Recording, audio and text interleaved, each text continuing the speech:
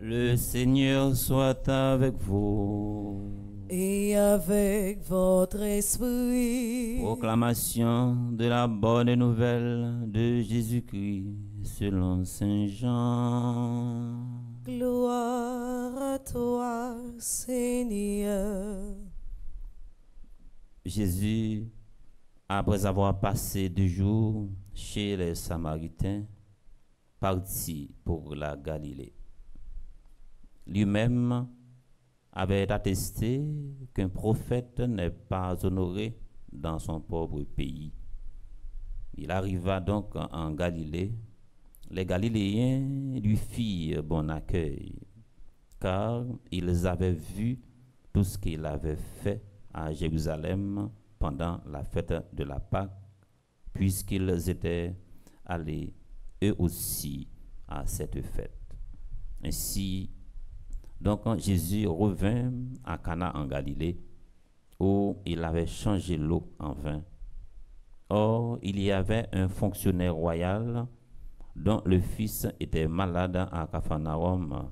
Ayant appris que Jésus arrivait en Judée, en Galilée, il alla le trouver.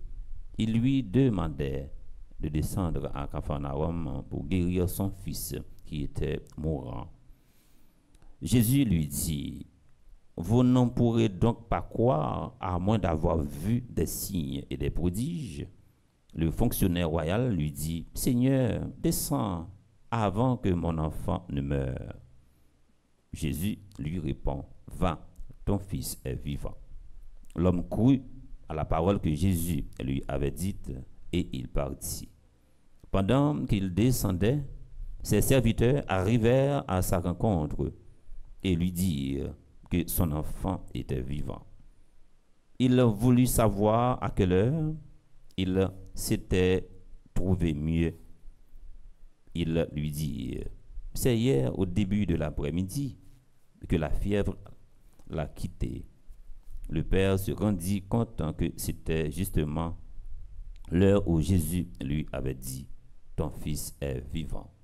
Alors il courut avec tous les gens de sa maison.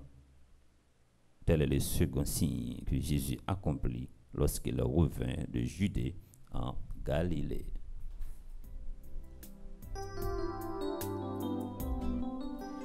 Parole grand-mère là, ton couillon chantait, qui fait moi côté, pour moi mettez pieds.